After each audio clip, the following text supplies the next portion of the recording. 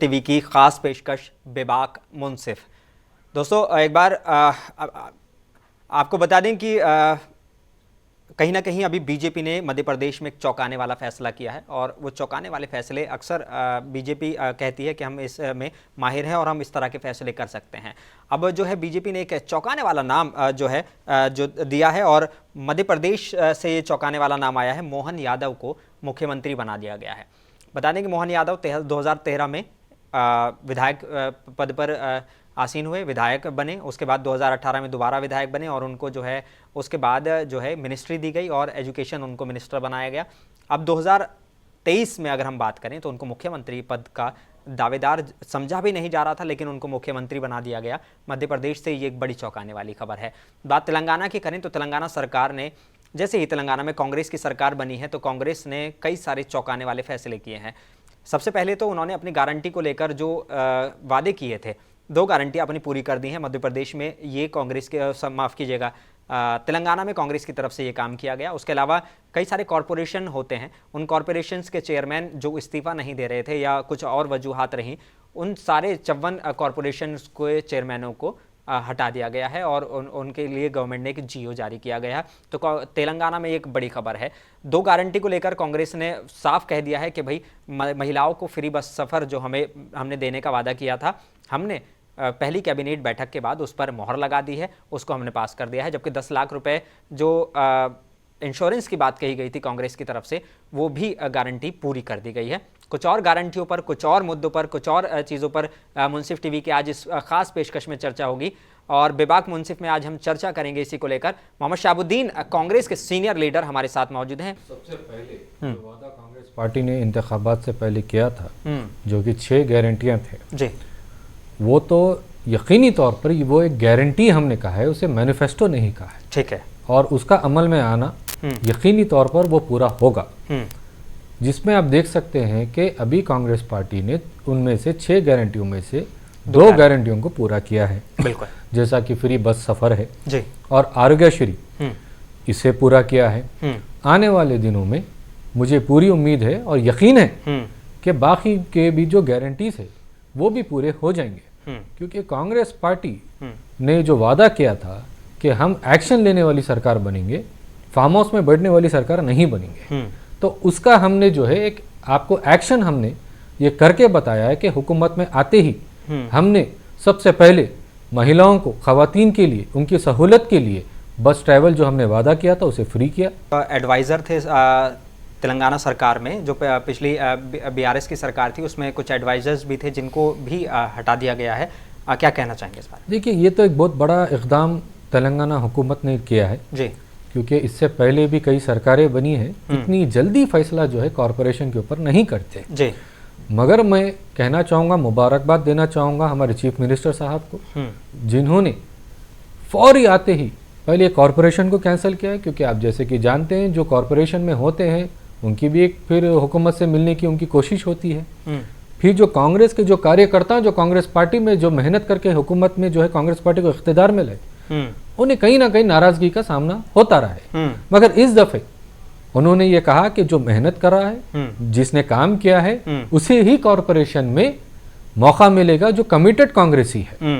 इसलिए सबसे पहले इन्होंने वो दरवाजा ही बंद कर दिया जहां से जो टीआरएस पार्टी के कुछ लीडर्स जहां से घुस के आ सकते थे कांग्रेस में, वो दरवाजे को ही जो है कांग्रेस पार्टी ने बंद कर दिया है।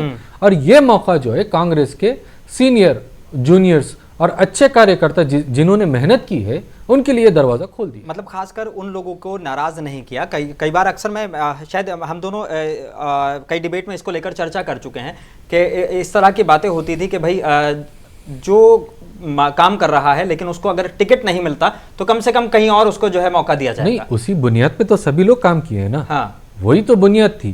हर कोई जो है एमएलए नहीं बन सकता, हर कोई एमपी नहीं बन सकता। कहीं ना कहीं किसी ना किसी को तो अकोमोडेट करना पड़ेगा कांग्रेस पार्टी। बिल्कुल। जब ये दरवाजे बंद रहेंगे तो आप बताइए, मैं आपसे पूछना चाहता हूँ, फिर सबको मौका कहाँ से देंगे? इसलिए सबसे बड़ा इकदाम जो है तेलंगाना हुकूमत ने, जो कांग्रेस पार्टी की हुकूमत है, उसने ये किया है कि सबसे पहले इसे खत्म किया। इसे खत्म करने से एक नई उम्मीद जागी है और कार्यकर्ताओं में भी एक नया जोश आया, एक अच्छा मैसेज गया है।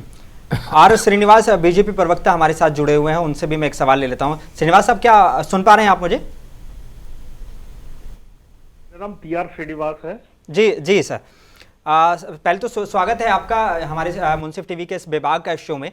मैं सीधा सवाल आपसे लेना चाहता हूं। अभी अगर हम बात करें पिछले हालिया तेलंगाना के में हुए कुछ इवेंट्स की, तो बीजेपी ने के जितने भी 8 विधायक हैं उन्होंने जो है शपथ नहीं ली। प्रोटेम स्पीकर को लेकर आपकी तरफ से सवाल उठाए गए थे।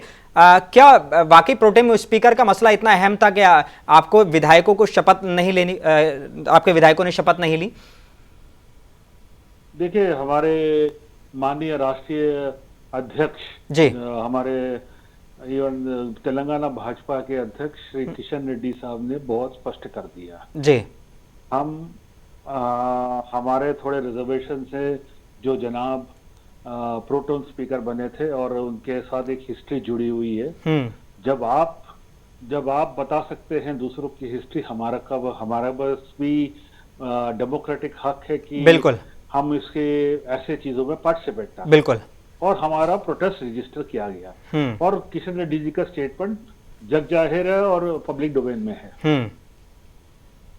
मतलब अगर हम बात करें तो कहीं ना कहीं सिर्फ उनके नाम पर इशू था, ये कोई इशू नहीं था कि कौन कितना सीनियर है, या सीनियरिटी को लेकर तो कोई आपका सवाल नहीं था?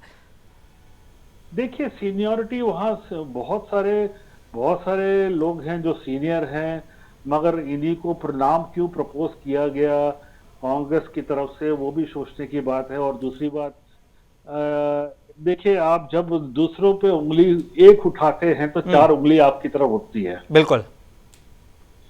तो ये भी सोचना चाहिए कि भाई, अगर आप जब दूसरों का कंट्रोवर्सी सामना करते हैं तो हमारा भी हक बनता है कि हम भी हमारे पक्ष रखें। ठीक है, शाहबुद्दीन साहब हैं हमारे साथ जुड़े हुए हैं, कांग्रेस के प्रवक्ता। मैं उनसे भी सवाल ले लेता हूं। शाहबुद्दीन साहब, प्रोटेम स्पीकर बनाने के लिए आपके पास कई और सीनियर लीडर्स थे, लेकिन अकबरुद्दीन ओवैसी साहब ही क्यों? नहीं, कई और सीनियर लीडर्स थे, मगर कांग्रेस पार्टी ने ये वाजे कह दिया था कि हम टीआरएस पार्टी से किसी भी सीनियर लीडर को ये मौका नहीं देना चाहते। पहली चीज तो उनके पास ऑप्शन कम रह गए। तो उसके बाद एक ऑप्शन, बड़ा ऑप्शन ये था कि उत्तम कुमार रेड्डी थे। उत्तम कुमार रेड्डी काफी सीनियर एमएलए हैं, मगर वो ऑलरेडी जो है मिनिस्ट्री का हलफनामा ले चुके थे जी। तो उन्हें मौका नहीं दिया जा सकता था। फिर उसके बाद एक ऑप्शन बचा ही जो है अपोजिशन पार्टी में एमआईएम से। तो एमआईएम से अकबरुद्दीन ओवैसी साहब को ये मौका दिया गया, और जो कि मैंने समझता हूँ कि उसके ऊपर एक बड़ी चर्चा या बड़ी कंट्रोवर्सी होनी चाहिए। मैं इसे अलग नजरिए से देख रहा हूँ। अच्छी बात है कि एक अखिलियत ने जो है पूरे ऐवान में जो है खड़े होकर सभी को जो है हलफ दिलवाया, ये तो अच्छी बात है। ये इसमें बुराई निकालने की क्या जरूरत है? सियासी इख्तिलाफात जो थे वो रहेंगे, इसमें कोई दो राय नहीं है। मगर अब देखिए, अब थोड़े दिन पहले अब रेवंत रेड्डी जी जो है जाके केसीआर साहब से मुलाकात किए, तो क्या वो टीआरएस को जो है तरजीह दे रहे हैं क्या? वो एक जस्टर होता है, पॉलिटिकल जस्टर है। हमारी लड़ाई खत्म हुई, अब मोहब्बत की दुकान खोलते हैं, हुकूमत चलाते हैं। ये संदेश जो है कांग्रेस पार्टी ने तेलंगाना में दिया है। तो इसके ऊपर कंट्रोवर्सी करना, उसके ऊपर ये कहना हम इनके अंडर हलफ नहीं लेंगे, वो होंगे कोई किसी भी पार्टी के, हो सकते हैं एमआईएम के हो, कुछ भी होंगे, मगर एक अखिलियत तो है ना। एक अखिलियत जो है ऐवान में जो है बैठकर हलफ दिला रहा है, तो सबसे बड़ी बात होनी चाहिए। ये मेरे लिए भी जो है खुशी की बात है। तो इसमें जो है पॉलिटिक्स ढूंढना, जो प्रोसेस जो है, जो लेजिस्लेटिव असेंबली के जो प्रोसेस में भी कंट्रोवर्सी निकालना, मैं ये समझता हूं कि ये नहीं होना चाहिए। श्रीनिवास साहब, क्या कहना चाहेंगे? आपने उनका बयान सुना। मोहम्मद शाहबुद्दीन हमारे साथ जुड़े हुए हैं, कांग्रेस के प्रवक्ता। देखिए, एक कहना चाहता हूं कि जब इलेक्शंस का टाइम हो रहा था तब हमें ये तंज कसा जा रहा था कि भाई टीआरएस एमआईएम बीजेपी के बी टीम है। अब अचानक ये इतना प्यार कैसे उमड़ा, वो समझ में नहीं आया। नहीं साहब, आप ये बताइए, प्रोटेम स्पीकर जो है रूलिंग पार्टी का बनता है क्या?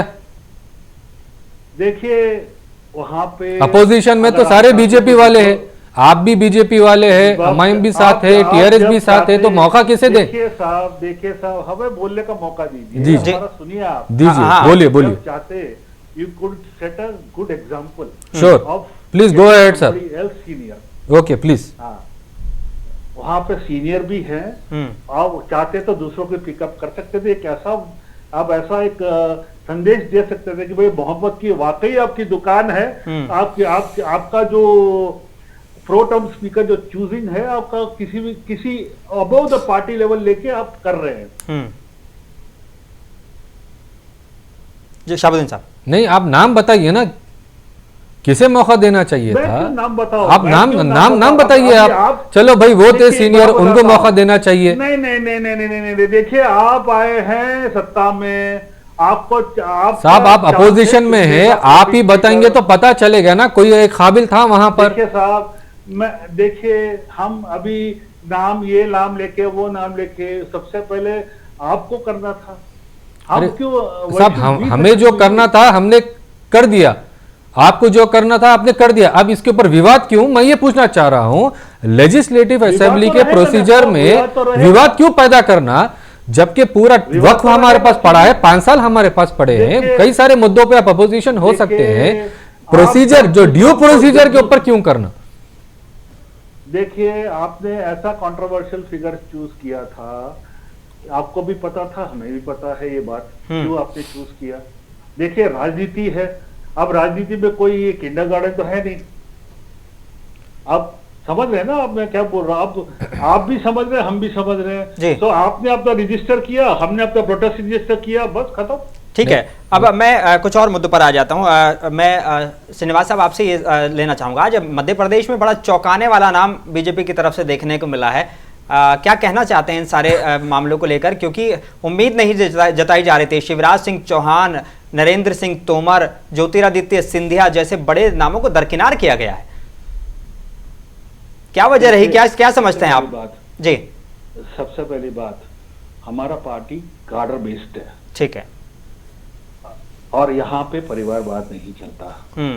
एक कलेक्टिव डिसीजन लिया जाता है जो पार्टी के बड़े हैं, और वो फ्यूचर देखते हैं, अगले 10 ईयर्स 15 ईयर्स 20 ईयर्स का रोड मैप देखते हैं। ठीक है, अब हमें उनके जजमेंट पे छोड़ देना चाहिए, उसमें ज्यादा अंदर घुसने के सिवाय। साहब ये कंट्रोवर्सी सवाल है, ये रैंक में भी नहीं थे सीएम बनने के, वो जब सीएम बनते हैं तो हमारा सवाल जायज है। देखिए बनने दीजिए, आप बनने दीजिए ना, वो बन गए हैं, अभी अनाउंस हो चुका है, वो शपथ ग्रहण करेंगे, ये तो पार्टी का डिसीजन है। हम जैसे कार्यकर्ता और बाकी जितने भी हैं, हम उसको बोलते हैं सड़कों पर। नहीं साहब, बात मेरे ये है, आप समझ नहीं पा रहे हैं, वहाँ बड़े बड़े दिग्गज नेता ऑलरेडी मौजूद थे, वो होने के बावजूद ये सेकंड रैंक के कैडर को आपने जो चीफ मिनिस्टर बनाया है, उसके ऊपर हमें मालूम नहीं है, इसलिए हम ये सवाल कर रहे हैं। देखिए यहाँ भारतीय जनता पार्टी में कोई first rank, second rank, third rank कुछ नहीं है। ये इट्स अ फ्लैट ऑर्गेनाइजेशन। काम करते हैं, सबको मौका मिलता है, यहाँ सबको काबिलियत देखी जाती है और फ्यूचर प्लानिंग देखी जाती है, और जो डिसीजन लिया जाता है we go along with it. अच्छा, तेलंगाना को लेकर अब फ्यूचर प्लानिंग क्या है? क्योंकि अगर हम बात करें तेलंगाना की, तो पहले आपके उतने विधायकों की संख्या नहीं थी, इस बार 8 विधायकों की संख्या है। क्या वाकई एक अपोजिशन का जो बढ़िया रोल होता है वो बीजेपी की तरफ से देखने को मिलेगा? देखिए, मैं पहले डिबेट्स में मुंसिफ टीवी में आपको मैं बोल चुका हूँ, अभी भी दोहराता हूँ जी, हमारे लिए बेंचमार्क है 1984 का लोकसभा इलेक्शन जी, वो हमारे लिए मोटिवेशन है। जब 2 थे, आज हम कहाँ पे हैं आप देखिए। बिल्कुल, हम मेहनत कर रहे हैं, ग्राउंड लेवल पे मेहनत कर रहे हैं, और इंशाल्लाह फतेह होगी हमारी। मतलब आप मान के चल रहे हैं कि तेलंगाना फतेह अब दूर नहीं है? दिल्ली दूर नहीं है। ठीक है, मतलब ये 2024 का सेमीफाइनल इसको समझा जाए। 2000 सही बोल रहे हैं, 2023 का जो आप ये अभी जो इलेक्शन हुआ है ये सेमीफाइनल 2028 में देखिए आप, और 2024 में भी इसकी गूंज सुनाई देगी। ठीक है, शाहबुद्दीन साहब उनकी प्लानिंग तो बहुत आगे तक की है, वो तो कह रहे हैं कि अभी 2024 में भी इसकी गूंज सुनाई देगी, और 2028 के जो यहाँ के तेलंगाना इलेक्शन होने वाले हैं उसका कहीं ना कहीं, मतलब जब वो कह रहे हैं कि हमने हमारे एक पास 2 थे, तो हम आज सरकार में है पूरी तरीके से, देखिए केंद्र साहब, पर कब्जा। जी ये हर बीजेपी वालों का प्रॉब्लम है। उनसे जब आप बात करते हैं या तो आपको पूरा माजी में लेके जाएंगे पास में, या नहीं तो इतने आगे लेके जाके फ्यूचर बताएंगे, आज के जो है मुद्दों पे लेकिन जो है भटकाएंगे। अगर हम बात करें पीएम मोदी की, तो वो भी अक्सर कहते रहे हैं कि भाई अभी 2050 तक की अमित शाह जी बात करते हैं कि भाई आप कांग्रेस जो है इस बारे में सोचे भी नहीं, तो फिर 2024 की तैयारी आपकी क्या है? अभी तेलंगाना में आपने देख लिया, अहंकार करने वालों को, तकब्बुर करने वालों का क्या हुआ, वही हाल जो है उनका भी होगा।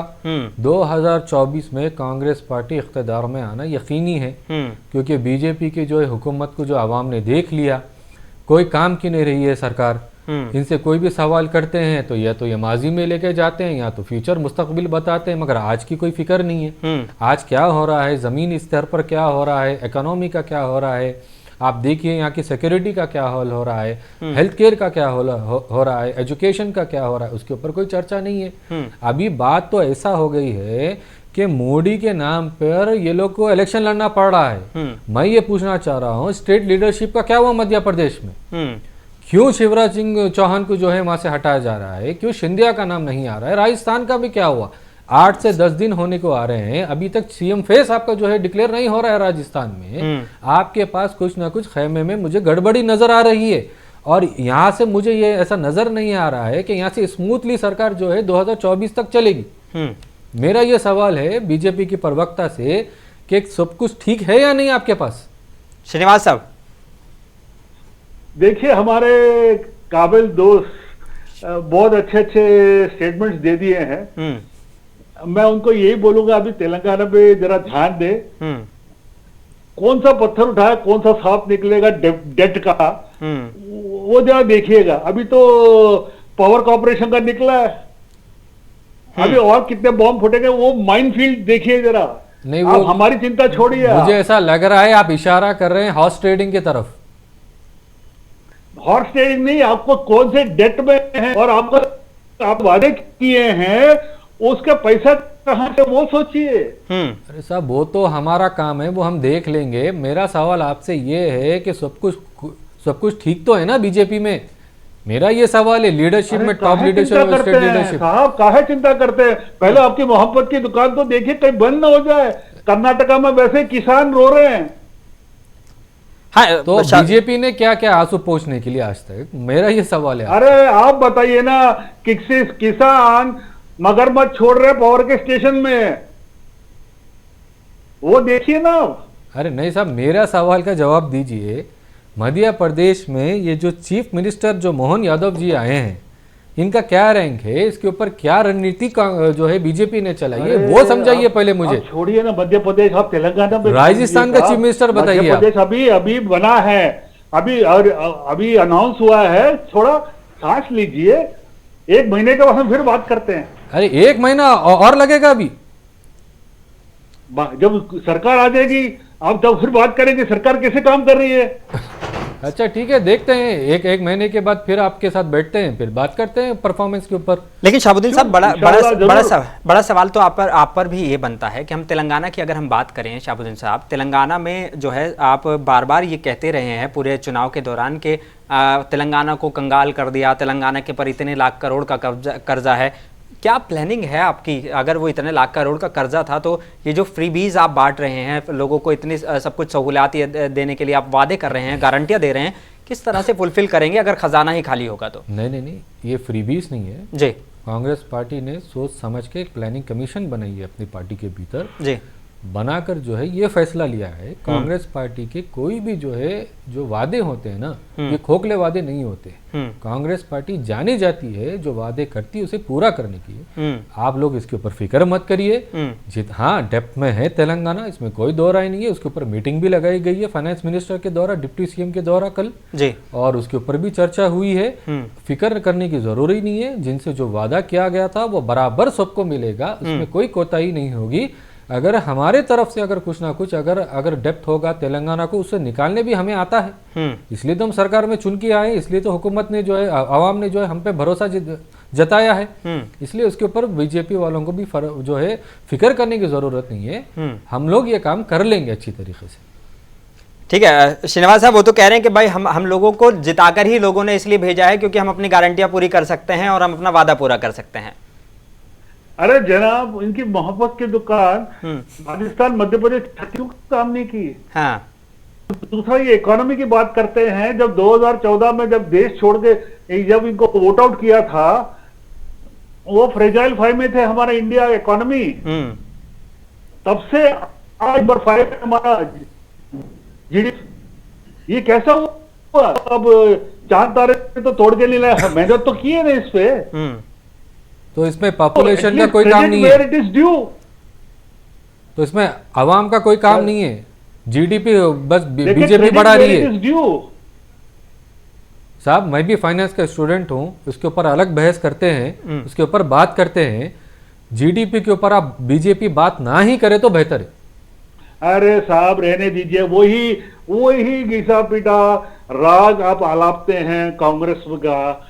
जीडीपी उधर गई, जयराम रमेश जी कुछ ना कुछ ट्वीट करते हैं, कुछ तो सोचिए। भाई कुछ मेरा तो एक सवाल आपसे है, चलिए ठीक है, मान ले मोदी जी के अंडर जीडीपी फाइनेंस बहुत अच्छा चल रहा है, फिर अनएम्प्लॉयमेंट रेट क्यों हाई है? देखिए, अनएम्प्लॉयमेंट आपको मैं आपको बताता हूं, आपके जो लोग ट्वीट करते हैं अनएम्प्लॉयमेंट मतलब it is not only the government jobs, private sector. आपका ईपीएफ अकाउंट्स कितने बड़े, जन धन योजना, आपका मुद्रा लोन कितने डिस्ट्रीब्यूट हुए, उससे कितना आपका इकोनॉमी जनरेट हो रहा है। कितना इकोनॉमी हुआ? हर मिनिस्ट्री आपके डेफिसिट में जा रही है, हर मिनिस्ट्री आपके डेफिसिट में जा रही है। अगर आप कैग रिपोर्ट उठा के देखिए, आप देखिए हर मिनिस्ट्री अगर डेफिसिट में जा रही है इन केस, तो economy should be behaving very bad. हमारा जीडीपी ग्रोथ क्यों इतना 7.6 का फोरकास्ट क्यों है? नहीं, वही तो आप हमें समझाइए। आप कांग्रेस आवाम परेशान है, महंगाई जो है बढ़ी हुई है, अनएम्प्लॉयमेंट रेट हाई है, उसके बाद आपका जीडीपी कैसा बढ़ रहा है, ये बात हमको समझाइए। आप 5% के नीचे है, महंगाई किधर है बताइए। थोड़ा सा तेलंगाना का रुख कर लेते हैं, क्योंकि नेशनल मुद्दों को लेकर हम एक अलग से एक डिबेट रखेंगे और इन सारी चीज़ों पर बात करेंगे। मैं शाहबुद्दीन साहब से मैं जानना चाहता हूं कि आपने जो है अभी कॉरपोरेशंस के सभी चेयरमैनों को हटाया है, कई सारे माइनॉरिटी के चेयरमैन थे, और अब एक नई जो बहस छिड़ गई है वो ये है कि आपके 3 से 4 जो मुसलमान आपने जिनको टिकट दिया गया था या माइनॉरिटी को टिकट दिया गया था वो जीत कर नहीं पहुंचे, तो क्या अब जो एमएलसी के थ्रू उनको मिनिस्ट्री दी जाएगी या कुछ कॉर्पोरेशंस में उनको जगह मिलेगी माइनॉरिटी को? बराबर जगह मिलेगी, क्योंकि उनमें से कुछ कैंडिडेट ऐसे हैं, हो सकता है उन्हें एमपी भी लड़ाया जाए जी, हो सकता है कि उनमें से किसी को एमएलसी दिया जाए जी, एमएलसी देने के बाद उन्हें मिनिस्ट्री भी दिया जाएगा। ये तो काम होगा, इसमें कोई फिक्र करने की ज़रूरत नहीं है, क्योंकि अब ये तो सोचने वाली बात है कि कोई अक़लियत जो है लीडर जीत के नहीं आया, उसके ऊपर गौर व फिक्र करने की भी ज़रूरत है। और मैं समझता हूँ कि मुझे यकीन है, मुझे मालूमात है कि आने वाले दिन में एमएलसी के ज़रिए देकर मिनिस्टर बहुत जल्द बनाया जाए। कुछ कॉर्पोरेशंस में भी कुछ चेयरमैन देखने को मिलेंगे, क्योंकि अगर हम बात करें कांग्रेस की, आप भी कई बार मेरे से डिबेट कर चुके हैं, इन मामलों में जुड़ चुके हैं। मैंने कई बार उसको लेकर सवाल पूछा, वक्फ बोर्ड को लेकर अक्सर जो है कांग्रेस सवाल उठाती रही है बेआरस पर, कहती रही है कि वक्फ बोर्ड की जो प्रॉपर्टीज़ हैं, वक्फ बोर्ड की जो पैसा था उसको बहुत ज़्यादा मिसयूज़ किया गया। ये आपकी तरफ से अक्सर इल्ज़ाम लगते रहे हैं कि वाकई अब कांग्रेस सरकार में वो तहफ़्फ़ुज़ देखने को मिलेगा वक्फ बोर्ड के लिए? बराबर देखने को मिलेगा, क्योंकि कांग्रेस पार्टी का इंटेंट जो था जी, हमने इसे वाजे कर दिया कि हम जो है इसकी तहफ़्फ़ुज़ वक्फ बोर्ड की तहफ़्फ़ुज़ करेंगे जी। और यकीनी तौर पर मैं आपसे कह रहा हूँ, ये वादा करके जा रहा हूँ, आप ऐसा वक्फ बोर्ड चेयरमैन देखेंगे जो आपने माजी में आज तक नहीं देखा।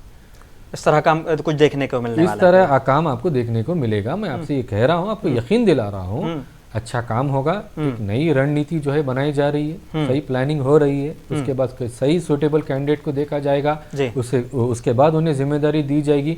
ऐसा ये टीआरएस पार्टी की तरह नहीं होगा कि एक चेयरमैन बना दिया फिर उनका पुरसाने हाल नहीं है, उनसे कोई मीटिंग नहीं हो रही है, कभी कैबिनेट में बुला के नहीं पूछा जा रहा है कि औकाफ के ज़मीनों की क्या हालत है, उनका रेवेन्यू की क्या हालत है। कांग्रेस पार्टी ऐसा करने वाली नहीं है। एक सिस्टम टॉप ऑर्डर बनाएगी, उसके बाद ये ऑर्डर बनाएंगी, उसके बाद ये दोनों के बीच में राब्ता कायम करेगी, फिर उसके बाद जो है आप काम देखेंगे, बहुत अच्छा काम होगा। अच्छा, अगर हम बात करें आज जो सबसे बड़ा मामला, हालांकि वो कोर्ट का फैसला है, इस पर बहुत ज़्यादा बात नहीं करेंगे, लेकिन 370 को जो है कोर्ट ने आज ये कहा कि भाई ये फैसला केंद्र सरकार का सही था। कहीं ना कहीं जो है वो उन्होंने इस मामले को में बीजेपी का जो फैसला था उस पर मोहर लगा दी है। क्या कहना चाहेंगे इस बारे में? हालांकि सरकार सुप्रीम कोर्ट ने ये भी कहा कि राज्य का दर्जा जो है उनका वो बहाल होना चाहिए और 1 साल के अंदर जो है वो चुनाव कराने चाहिए। शहाबुद्दीन साहब। नहीं, देखिए, अब ये तो सुप्रीम कोर्ट की रूलिंग है जी, इसके ऊपर हम कुछ ज़्यादा बात नहीं कर सकते। जी, जो भी जो है पेटिशनर्स थे उन्होंने पिटीशन डाली, जी, उन्होंने कोशिश की, मगर सुप्रीम कोर्ट जो है सुप्रीम है और उसके फैसले के सामने जो है सबको जो है सुनना पड़ता है, झुकना पड़ता है। और जो फैसला सुप्रीम कोर्ट ने लिया है तो कुछ सोच समझ के लिया होगा, कुछ दलीलें उनके सामने ऐसी आई होंगी जिसके ऊपर उन्होंने गौर व फिक्र किया होगा। तो ये कहना अब हमारा जो है कोर्ट रूलिंग के ऊपर, जजमेंट के ऊपर कोई सवाल नहीं, कोई सवाल हमारा नहीं है। हाँ। अब जिनको तकलीफ हुई है, जो खुश है, मगर जो है वहाँ पर नॉर्मलसी लाना जरूरी है और वहाँ पर इलेक्शन करवाएं, वहाँ पर जमहूरियत को नाफिज करें, वहाँ नॉर्मलसी लाएं। हम यही जो है हम जो प्ली कर सकते हैं, हम ये दुआ कर सकते हैं कि वहाँ पर सब खैर हो जाए। ठीक है श्रीनिवास साहब, मैं आपसे भी इस बारे में एक कमेंट लेना चाहूँगा। 370 को जो है कहीं ना कहीं जो मोदी सरकार ने आर्टिकल 370 को हटाने का फैसला किया था, सुप्रीम कोर्ट ने आज उस पर सुप्रीम मोहर लगा दी है। देखिए, सुप्रीम कोर्ट का जो फैसला है सराखों पर जी, मैं माननीय नरेंद्र मोदी जी, हमारे प्रधानमंत्री जी जो है, उनका एक स्टेटमेंट पढ़ता हूं। आज का निर्णय सिर्फ एक कानूनी दस्तावेज ही नहीं बल्कि एक आशा की बड़ी किरण है। इसमें उज्जवल भविष्य का वादा है, साथ ही एक सशक्त और एकजुट भारत का निर्माण का हमारा सामूहिक संकल्प भी है। बस इसका ये पैराग्राफ सब कुछ बताता है जो आपने क्वेश्चन पूछा। जी, मतलब हम मान सकते हैं कि कहीं ना कहीं जो कुछ हाँ शहाबुद्दीन साहब, बिल्कुल मैं इसी बात पे आना चाह रहा था कि शहाबुद्दीन साहब का सवाल था कि भाई वहाँ जो है हम, मतलब उन्होंने भी सुप्रीम कोर्ट के फैसले को लेकर कुछ नहीं कहा, लेकिन उनका भी ये कहना था कि भाई वहाँ नॉर्मलसी होनी चाहिए, चुनाव बहुत जल्द हो जाना चाहिए। इस बात को लेकर कई कांग्रेस के नेताओं का भी बयान आए थे। तो क्या वाकई वहाँ पर जो है चीजें बदलाव देखने को मिलेगा हम लोगों को? देखिए, आप अगर कश्मीर खुद ही जाएं जी और देखिए, वहाँ नॉर्मल चीज है, जमीनी हकीकत है। वहाँ टूरिस्ट का जो फुटफॉल है जी बहुत ज्यादा है और इकोनॉमी भी अभी लोकल इकोनॉमी भी अच्छी तरह चल रहा है, मूविंग कर रहा है और लोगों को राहत है कि बहुत चेंज आ रहा है।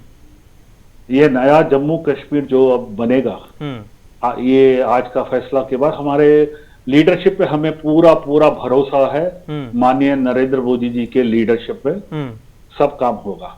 बस इतना ही मेरे को कहना है। जी, शहाबुद्दीन साहब क्या कहना चाहेंगे? वो कह रहे हैं कि नहीं, अब नॉर्मल से भी आएगी। अगर हम वहां पर जमीन पर हकीकत देखें तो जमीनी हकीकत जो है, बीजेपी का एक प्रॉब्लम है कि जमीनी हकीकत को वो लोग जो है जानते नहीं है। कई मसलों में कहा कि चाइना में कोई नहीं घुसे, अब चाइना में भी जो मतलब ये जो है हिंदुस्तान में जो है चाइना नहीं घुसा, फिर भी आप जमीनी हकीकत देखेंगे तो घर बना के बैठे हैं। अभी ये कह रहे हैं कि कश्मीर में सब कुछ नॉर्मल है। आप अगर पूरा वर्डिक्ट सुप्रीम कोर्ट का अगर पूरा पढ़ेंगे, उसमें साफ तौर से वाजे जो है सुप्रीम कोर्ट ने लिखा है कि कहाँ कहाँ खामी और कहाँ कहाँ कमियां रही जी, उसे पूरा करने का आदेश जो है बीजेपी की हुकूमत को हमारे सुप्रीम कोर्ट ने दिया है। और सबसे पहले जो है जनता की जो आवाज़ है वहाँ पर होनी चाहिए, वहाँ पर डेमोक्रेसी आनी चाहिए, वहाँ पर जमहूरियत नाफिज होनी चाहिए, वहाँ पर free and fair election, safe election होना चाहिए। उसके ऊपर क्या इक़दाम बीजेपी उठा रही है ये आने वाले दिनों में वो हमको मालूम होगा। क्योंकि नॉर्मल सी बस कह देना अच्छा है, सब कुछ अच्छा है, तो इसके ऊपर तो कोई बात हो नहीं सकती। कुछ इक़दाम उठाना चाहिए। मेरा ये सवाल बीजेपी से है कि वहाँ पर इलेक्शन कब होंगे? क्या हम ये 2024 में देख सकते हैं वहाँ पर स्टेट इलेक्शन? श्रीनिवास साहब, क्या वाकई अब क्योंकि सुप्रीम कोर्ट ने कहा है कि भाई 1 साल में जो है इलेक्शन करा देने चाहिए, तो मान के चलें कि अब ये 1 साल में इलेक्शंस हो जाएंगे? देखिए, मैं एक अभी यही बोलूंगा कि सुप्रीम कोर्ट का फैसला सराखों पर, और जो माननीय प्रधानमंत्री जी ने बोला है वही होगा। बिल्कुल। और उन्होंने स्टेटमेंट भी दिया, ट्विटर पे लंबा एक स्टेटमेंट दिया है। We will go by that. अभी फिलहाल उससे ज्यादा अटकलें लगाना कोई मतलब नहीं है। ठीक है शहाबुद्दीन साहब, कहीं ना कहीं जब हम देख रहे थे जो तेलंगाना का पूरा चुनाव, आप भी मैदान पर थे, आपने भी ज़मीन पर उतर कर मेहनत की है, बहुत सारी चीज़ों को आपने जो है मैनेज किया है। मैं इस चीज़ को हम देखें, अगर रेवंत रेड्डी जो हैं वो फायर ब्रिगेड फायर ब्रांड नेता हैं आपके, और उन्होंने केसीआर साहब को लेकर, केटीआर साहब को लेकर कई सारे बयान दिए थे, लेकिन क्या इन सारी चीज़ों से हटकर जो उनका मिलने जाना इसको किस तरह से देखा जाना चाहिए, क्योंकि बहुत सारे सवाल भी उस पर उठ रहे हैं। बोले कि आप जो है इस तरह की अलग अलग बातें करते हैं, फिर इलेक्शन के बाद में ये सब एक जो है मिल जाते हैं। नहीं भाई, एक प्रेजेंट सीएम एक्स सीएम के जाकर अगर मिजाज पुरसी कर रहा है उसमें क्या गलत बात है? मुझे ऐसा लगता है ये काम रेवंत जी ने करके आवाम का दिल जीत लिया, क्योंकि एक्स सीएम है जी, दो मर्तबा चीफ मिनिस्टर बने हैं और उनका अचानक से जो उनकी तबीयत खराब हो जाना जी, और एक चीफ मिनिस्टर होने के नाते उनका भी फर्ज बनता है कि जाकर उनकी जो है मिजाज पुरसी करें, और उन्होंने किया है। और आवाम में भी जो है बहुत अच्छा मैसेज गया है, हमें भी खुशी हुई है क्योंकि हारे हैं मगर उनका प्रोटोकॉल भी है जी।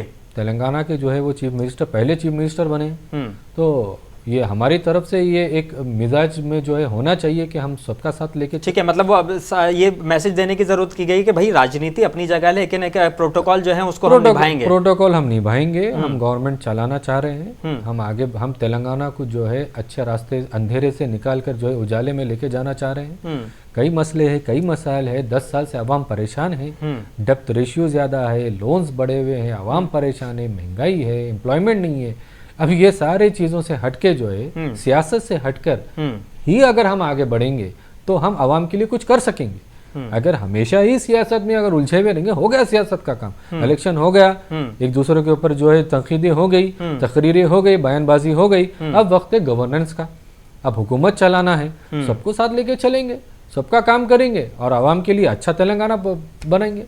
अगर हम बात करें सारी तैयारियों को लेकर आपके जो भी जिस तरह के भी फैसले लिए गए, क्या वाकई जो है अगर हम बात करें कि 2 गारंटियां, कुछ और गारंटियां आपकी तरफ से दी गई हैं, वो और कितने वक्त में आवाम माने कि ये पूरी हो जाएंगी? अगर हम आपके ये आरटीसी बसों की कहें तो हमारे पास भी कुछ शिकायतें आई थी, कुछ वीडियो भी वायरल हो रही थी कि कहीं ना कहीं जो कंडक्टर हैं वो अभी भी महिलाओं से किराया ले रहे हैं, इस तरह की वीडियो वायरल हुई थी। इस पर क्या वाकई संजीदा होगी सरकार? नहीं, वाकई संजीदा हुई है और उसके ऊपर जो है कमेटी बनाकर एक्शन भी ले रही है जी। और ये इत्तला मुझे आज मिली है इस बारे में, क्योंकि ऑलरेडी जियो जो है गवर्नमेंट ने जारी किया है जी। ये कोई ज़बानी खर्च नहीं है, ये कोई तकरीर में या किसी बयानबाजी के तहत नहीं कहा, बाज़ाफ्ता जो है जियो जो है नाजिल हुआ है, जियो के तहत जो है ये काम हो रहा है। तो सारे जो है सरकारी कर्मचारियों की ये फर्ज बनता है कि इसे नाफिज करें, ना कि जो है इसका हो अब कहीं ना कहीं कुछ ना कुछ हुआ होगा, उसके ऊपर इंक्वायरी हो रही है, इंक्वायरी होने के बाद एक्शन भी लिया जाएगा। मगर पूरे तेलंगाना में खवातीन के लिए फ्री बस सफ़र हो चुका है, शुरू हो चुका है। मतलब इसमें कोई किसी को शक नहीं है कि अब ये काम आपकी तरफ से जामा इसको पहना दिया गया, जो गारंटी आपकी तरफ हो गया है वो जियो जो है जारी हो गया है, तो इसका मतलब ये अमल में आ चुका है। श्रीनिवास साहब, राजस्थान को लेकर एक सवाल है। जिस तरह से अगर हम बात करें छत्तीसगढ़ की, विष्णुदेव साय बिल्कुल एक अलग चेहरा, अलग नाम, और बात करें हम राजस्थान की, माफ कीजिएगा मध्य प्रदेश की, वहां पर भी एक अलग चेहरा, एक अलग नाम। क्या राजस्थान में भी कुछ इसी तरह से देखने को मिल सकता है? क्योंकि अटकलें ये लगाई जा रही हैं कि कल तक राजस्थान के भी सीएम का नाम क्लियर हो जाएगा। देखिए, कहावत है बहुत पुराना जी, सब्र का फल मीठा होता है। बिल्कुल, सब्र करें, थोड़ा देख लेते कल। लेकिन आप मेरा सवाल सीधे तौर पर यह है कि कहीं ना कहीं अगर हम बात करें मध्य प्रदेश की और छत्तीसगढ़ की, छत्तीसगढ़ में रमन सिंह एक बड़ा चेहरा थे, कुछ और भी नाम निकल कर आ रहे थे जो सीनियर लीडर माने जाते हैं और कहीं ना कहीं केंद्रीय नेतृत्व के करीब रहे हैं, उन लोगों को भी दरकिनार करके छत्तीसगढ़ में विष्णुदेव साय बिल्कुल एक आदिवासी चेहरा दे दिया गया। इस बार कहीं ना कहीं मध्य प्रदेश में ओबीसी चेहरा को आगे किया गया। हालांकि पहले भी शिवराज सिंह चौहान थे, लेकिन सीएम शिवराज सिंह चौहान और कई बड़े नेताओं को दरकिनार किया गया। एक अलग तरह की राजनीति बीजेपी की तरफ से देखने को मिल रही है। क्या वही ट्रेंड राजस्थान में भी फॉलो होगा? देखिए, मैं आपको फिर से स्पष्ट कर देता हूं जी। हमारा जो कार्डर बेस पार्टी है भारतीय जनता पार्टी जी, हम जमीनी हकीकत से जुड़े रहते हैं और ऐसा कुछ है जहां पावर से चिपके रहे हैं जी। जो पार्टी बोलती है, जो पार्टी के बड़े फैसला करते हैं, उसको हम सरोखों पे बांधकर चल देते हैं। और जहां तक ये मुख्यमंत्री जो नए नए फेसेस, मैं पहले भी बोल चुका, अभी भी बोल रहा हूं, ये सब ये प्लानिंग ये जो हमारे पार्टी के बड़े करते हैं, उन्हें कुछ सोच समझ के ही किया होगा और जरूर हम उसको साथ में लेके चलते हैं, उनको एक ऑर्डर की तरह मान के चलते हैं। यानी कि बीजेपी में कोई डेमोक्रेसी नहीं है? अब देखिए साहब, अगर आपको यही बोलने की इच्छा है, अगर मैं कांग्रेस में मेरे को बहुत सारे एग्जांपल्स है, रात हो जाएगी, छोड़िए। नहीं, आप नहीं, अपनी मैं बात पूछ रहा हूँ कि आपने कहा है कि जो देखिए है डेमोक्रेसी बहुत है, इसलिए जैसे हर किसी कार्डर को, चाहे वो पोस्टर चिपकाता है, बूथ लेवल पे काम करता है, उसको ऊपर आने का हक है। मगर कांग्रेस में तो माता का आशीर्वाद। अच्छा, तो आपके पास मोदी का जो है आशीर्वाद लेने की जरूरत नहीं पड़ती है, अमित शाह जी की जो है आशीर्वाद लेने की जरूरत नहीं पड़ती मैंने है। आपको बोल रहा हूँ ना, आपको मैं बोल रहा हूँ ना, बीजेपी यहाँ को काम देखा आशीर्वाद जाता है। देने वालों को यहाँ आप लोगों ने काम हटा देखा दिया। जाता है, अडवाणी जी को हटा आपका दिया, रिकॉर्ड देखा जाता है, ट्रैक मुरली रिकॉर्ड देखा मनोहर जाता है। जोशी जी को हटा दिया। देखिए, अगर आप छेड़ेंगे, हमारे पास भी आपके बहुत सारे मुद्दे हैं आपके खिलाफ। नहीं साहब, ठीक है, मैं लेकिन शाहबुद्दीन साहब से मैं जरूर एक सवाल लेना चाहूंगा। शाहबुद्दीन साहब, आपके एक एमपी के यहाँ पे इतना कैश मिलता है कि जिसकी कोई लिमिट नहीं, 300 करोड़ के लगभग का मामला पहुंच जाता है, ज्वेलरी मिलती है, क्या वाकई इन सारी चीज़ों से असर नहीं पड़ने वाला आने वाले 2024 के चुनाव को लेकर? देखिए, इसके ऊपर देखिए ये गौर व फिक्र करने की ज़रूरत है। किसी भी हिसाब का जो है करप्शन जो है कांग्रेस पार्टी ये बर्दाश्त नहीं करती, और किसी के पास अगर ये पाया गया है, वाकई में अगर ये हकीकत है, तो उसके खिलाफ जो है सख्त से सख्त कार्रवाई होनी चाहिए।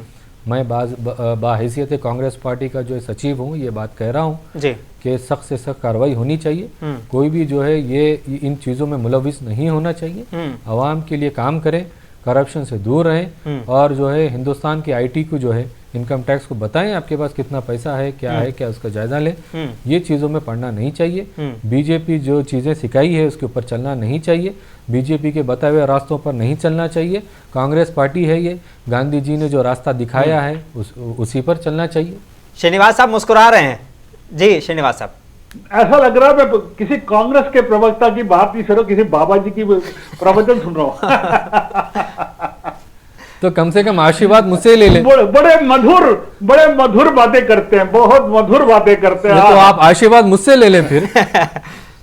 अरे बहुत अच्छी, ऐसा लगता है कि मेरे कानों में शहद जा रहा है। नहीं, अब उन्होंने अपनी बात रख दी। उन्होंने कहा कि भाई देखिए, अगर इस तरह के मामले कहीं हो रहे हैं तो वो नहीं होने चाहिए, और कांग्रेस पार्टी उनका भी समर्थन नहीं करती है। उन्होंने साफ तौर पर इस बात के लिए कहा है। देखिए कांग्रेस, देखिए एक बात बताता हूं, यूपीए 1 यूपीए 2 का ट्रैक रिकॉर्ड देखिए, कन्विक्शन बताइए, उसमें तो वर्ल्ड रिकॉर्ड बना दिया। कन्विक्शन रेट बताइए, उसमें मैं ट्रैक रिकॉर्ड बता रहा हूं जी। कन्विक्शन बताइए। अगर स्टैटिस्टिकल एक मॉडल देखें, मैं स्टैटिस्टिक्स की बात करता हूं जी, जो अभी जो 6ठे दिन में पहुंच गया वो नोट की गिनती में, अगर एक्सट्रापोलेट करें उसको स्टैटिस्टिकल मॉडल, लोग यही पूछ रहे हैं क्या ये कांग्रेस का हाथ है?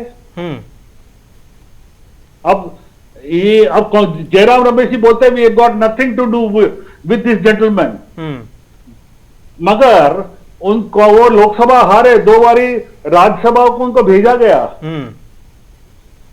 अब if you got nothing to do, और भारत जोड़ो में भी थे वो, तो आप लोग एक्शन लेना। अब ये तो बहुत सारे सवाल उठाता है। नहीं भाई, अभी तो देखिए ये जिसने भी ये किया है हरकत, यकीनी जो तौर पर जो है हम इसकी मजम्मत कर रहे हैं, पहली चीज। अब मेरा ये सवाल उठता है, मोदी जी ने कहा कि हिंदुस्तान में ब्लैक मनी खत्म हो गया, फिर ये कहां से आ रहा है? वो तो कांग्रेस बताएगी। आपके लोग अरे हम तो प्राइम मिनिस्टर थोड़े ही है, हम तो प्राइम मिनिस्टर हमारा थोड़ी है। हर चीज आपने डिमोनेटाइजेशन आपने किया, 2000 की नोट आपने बंद की, एटीएम में लाइन में आपने खड़वाया, फिर ये इतना सारा पैसा कहां से आ रहा है? तो सत्यवादी बनने चले आप। फिर आपके इंटेलिजेंस क्या कर रहा है? क्यों आप घर में छुपा के बैठेंगे? मैं आपके घर में आके देखूंगा। अरे साहब छोड़िए साहब, जो लोग पैसा लेके जो बाहर भागे उनके ऊपर आप नहीं पकड़ सके, आप अभी आप यहाँ पर क्या देखेंगे? वो बाहर भागे क्यों? आपका जो फोन बैंकिंग सिस्टम था ना बैंकिंग में, वो उसका वो नतीजा है। अच्छा, तो ये मोदी जी को नहीं मालूम था ये? क्यों आपने नहीं करा स्टार्ट? नहीं भाई, मैं आपसे सवाल क्या कर रहा हूँ कि मोदी जी को नहीं मालूम था? स्टार्ट किया था कि नहीं? फॉरेन मिनिस्ट्री क्या कर रही थी? स्टार्ट किसने किया? अरे भाई, सब सारे बुरे चीजों की शुरुआत कांग्रेस ने की है, सारे अच्छी चीजों की शुरुआत बीजेपी ने कर रही है। देखिए फ्रेजाइल फाइव में किसने छोड़ा देश को? कांग्रेस ने। अच्छा, हमारा रेटिंग कहाँ गया? क्रेडिट रेटिंग 2014 में कांग्रेस ने।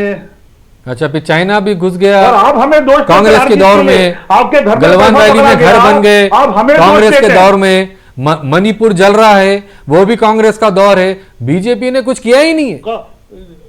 कोर्ट का जजमेंट है, कोर्ट का ऑब्जर्वेशन है, government is doing everything in its possible work, only the NGO in doing the igniting the fire. कहां पर? मणिपुर को लेकर कह रहे हैं। कोर्ट का जजमेंट पढ़िए। अरे भाई, कोर्ट का जजमेंट मैंने भी पढ़ा है, मैंने भी देखा है, मैंने भी पढ़ा साहब, मगर उसमें इंटरनल सिक्योरिटी की बात हुई नहीं हुई। कोर्ट के जजमेंट में क्या सवाल है निशान सुप्रीम कोर्ट ने जो कोर्ट ने उठाया नहीं उठाया? ये कांग्रेस को मणिपुर दिखता है, राजस्थान में जो क्राइम रेट जो बढ़ा था गहलोत जी के अंडर तब नहीं है। देखो साहब, राजस्थान हम हार गए, आपकी सरकार आई है, आप सीएम पहले ढूंढे किसे बनाना है, मोदी जी से परमिशन ले, उनका आशीर्वाद ले, उसके बाद किसी ना किसी को मिल जाएगा, उसके बाद आप बनाइए, आप अच्छी सरकार चलाइए, उसके बाद फिर हम बात करते हैं। अच्छा, पवन कल्याण को लेकर कुछ बातें हो रही हैं। पवन कल्याण क्योंकि बीजेपी के साथ ही रहे हैं, और जब बात करें इस पे, अगर पीएम मोदी यहाँ पर आए थे तो पवन कल्याण जो थे वो यहाँ पर मौजूद थे उनके साथ स्टेज शेयर करने के लिए। कहा जा रहा है कि जी किशन रेड्डी साहब ने उनके लिए कुछ अभद्र भाषा का इस्तेमाल किया गया है, कितनी सच्चाई है? ये मैंने कुछ सुना नहीं, इसके बारे में मैं टिप्पणी नहीं करना चाहता। हाँ, जिसमें मैं कुछ सुना नहीं है। नहीं, क्योंकि अगर मैं बात करूं, जी किशन रेड्डी साहब का इस पे बयान आया है बाकायदा। जी किशन रेड्डी साहब ने कहा है, मैं कोट कर रहा हूं जो उन्होंने बयान दिया है कि तेलंगाना में सोशल मीडिया पर जानबूझकर ऐसी अफवाहें फैलाने के लिए जिम्मेदार लोगों के खिलाफ पुलिस में शिकायत दर्ज करने की उन्होंने घोषणा तक कर दी है इस मामले को लेकर। पता नहीं, ये देखना पड़ेगा, मेरे को उसको तह तक जाना पड़ेगा, जिसके बारे में मेरे को ज्यादा संज्ञान नहीं लिया, मैं उसके बारे में बोलना नहीं चाहूंगा। चलिए ठीक है। शहाबुद्दीन साहब, मैं आपकी तरफ आया था, वो सीधे तौर पर जो हमारी अगर बात करें हम तेलंगाना को लेकर, तो तेलंगाना में अब आपकी जो है सरकार बन गई है। राहुल गांधी जब यहाँ पर पूरी अपनी यात्रा कर रहे थे, राहुल गांधी अपने कैंपेन कर रहे थे, उन्होंने एक मुद्दा उठाया कालेश्वरम प्रोजेक्ट को लेकर। क्या वाकई अब कुछ आने वाले वक्त में इन सारी चीज़ों पर देखने को मिलेगा कि कालेश्वरम प्रोजेक्ट में जो आप बदनवानी का आरोप लगाते हैं उस पर कार्रवाई देखने को मिलेगी? हुकूमत में आते ही दूसरे दिन हमने इसके ऊपर जो है इन्वेस्टिगेशन शुरू की है जी। आज भी जो है मिनिस्ट्री ऑफ इरिगेशन ने, उत्तम कुमार रेड्डी ने भी इसके ऊपर मीटिंग लगाई है आज की बात जी, और बहुत जल्द आपको इसके अंदर से मालूम होगा क्या ढालियां हुई है, कौन कौन इसके जिम्मेदार है, सबको पकड़ा जाएगा, किसी को नहीं छोड़ा जाएगा। क्योंकि आवाम का पैसा लाख करोड़ 1.5 लाख करोड़ जिस तरीके से बीआरएस पार्टी ने जो है उसे जाये किया है, उसका पाई पाई का हिसाब कांग्रेस पार्टी लेगी। श्रीनिवास साहब, क्या कहना चाहेंगे? कालेश्वरम प्रोजेक्ट को लेकर कहीं ना कहीं जो है बीजेपी की तरफ से भी बड़े वार किए गए थे। देखिए, कालेश्वरम प्रोजेक्ट के बारे में हमने ऑलरेडी रिपोर्ट भी दी है, और जो बैराज में वो पिलर्स का डैमेज हुआ है जी, वो नेशनल डैम सेफ्टी का भी रिपोर्ट है। जब सेफ्टी रिपोर्ट जब टेबल किया गया था तब बीआरएस ने बोला था कि ये पॉलिटिकली मोटिवेटेड है, मगर अनफॉर्चुनेटली क्या होता है कि जो पिलर्स 3 डूबे हैं और क्रैक आया है, ये पूरे मीडिया में उसका फोटोज हैं, उसका क्लोजअप्स हैं जी। अब उसका तो ऑडिट तो होना चाहिए, और मैं समझता हूँ कि एक अच्छे फेडरल स्ट्रक्चर में हमारे मित्र जो अभी कांग्रेस के जो अभी रूलिंग में आए हैं, मैं समझता हूँ वो सेंटर के साथ मिल बैठ के थोड़ा इसका परिष्कार करेंगे, और ये तेलंगाना की जनता के बड़े हित में कुछ अच्छा काम करेंगे। चलिए, बहुत शुक्रिया हमारे साथ में जुड़ने के लिए श्रीनिवास साहब और हमारे मोहम्मद शहाबुद्दीन साहब। लेकिन क्योंकि अगर हम बात करें सारी चीज़ों को लेकर, कहीं ना कहीं हमारे साथ इनायत अली वाकरी साहब जुड़ने वाले थे बीआरएस का पक्ष रखने के लिए, लेकिन वो हमारे साथ नहीं जुड़ पाए। कांग्रेस के प्रवक्ताओं की हमें बात करूं तो कांग्रेस जो है तेलंगाना को लेकर साफ कर चुकी है कि कहीं ना कहीं तेलंगाना में जो 2 गारंटियाँ उनकी पूरी गई हैं। माइनॉरिटी को लेकर भी शहाबुद्दीन साहब ने कहा कि कहीं ना कहीं आने वाले वक्त में माइनॉरिटी को भी न सिर्फ काबीना में बल्कि कई कॉरपोरेशन में जगह देने का काम किया जाएगा। तो जिस तरह से बेबाकी से श्रीनिवास साहब ने और हमारे शहाबुद्दीन साहब ने अपने बयान दिए हैं, अपनी बातें रखी हैं, मैं उनका शुक्रगुजार हूं। बहुत शुक्रिया हमारे साथ जुड़ने के लिए। फिलहाल अपने मेज़बान मुनीस अनवर को दीजिए इजाज़त। आप बने रहिए मुंसिफ टीवी के साथ।